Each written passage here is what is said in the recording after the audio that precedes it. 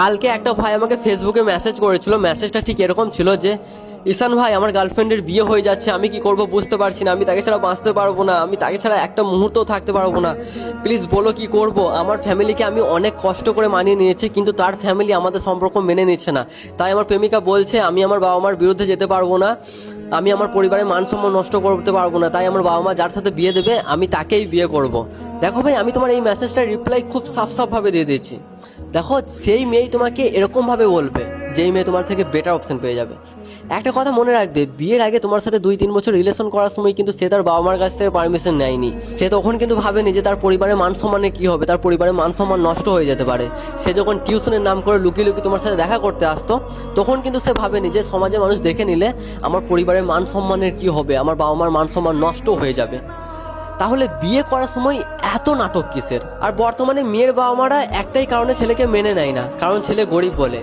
মেয়ে গরিব ছেলের সাথে সংসার করতে রাজি আছে, বাট মেয়ের বাবা মা মেনে নেবে না, কারণ তাদের মান সম্মান নষ্ট হয়ে যাবে গরিব ছেলের সাথে বিয়ে দিলে। তো সেই সব গার্জেনদেরকে উদ্দেশ্য করে আমি একটাই কথা বলতে চাই, সংসারটা কি আপনারা করবেন নাকি আপনার মেয়ে করবে?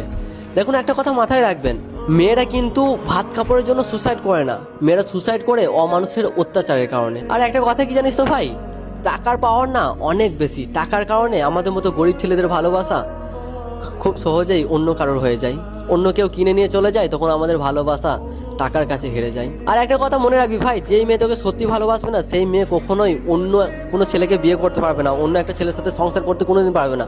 অন্য একটা ছেলের সাথে সংসার করবে, অন্য একটা ছেলের সাথে সারা জীবনটা কাটাবে, অন্য একটা ছেলের সাথে সে রাত কাটাবে, অন্য একটা ছেলে তার শারীরিক সুখ নেওয়ার জন্য তার কাপড় খুলবে, এটা সে কখনোই মানতে পারবে না, কখনোই সে সহ্য করতে পারবে না, তার ঘৃণা লাগবে। যতদিন না মেয়েটার পরিবার মেনে নিচ্ছে, ততদিন মেয়েটা অপেক্ষা করবে, তারপর সে অন্য কাউকে বিয়ে করতে পারবে না।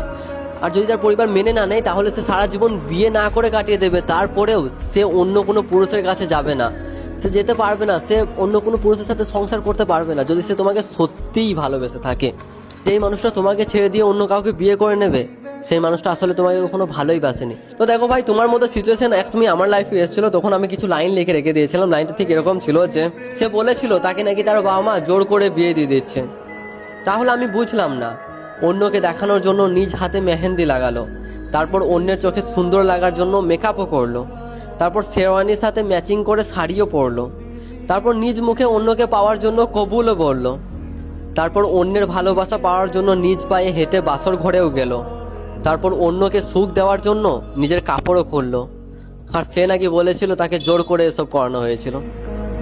বাহ!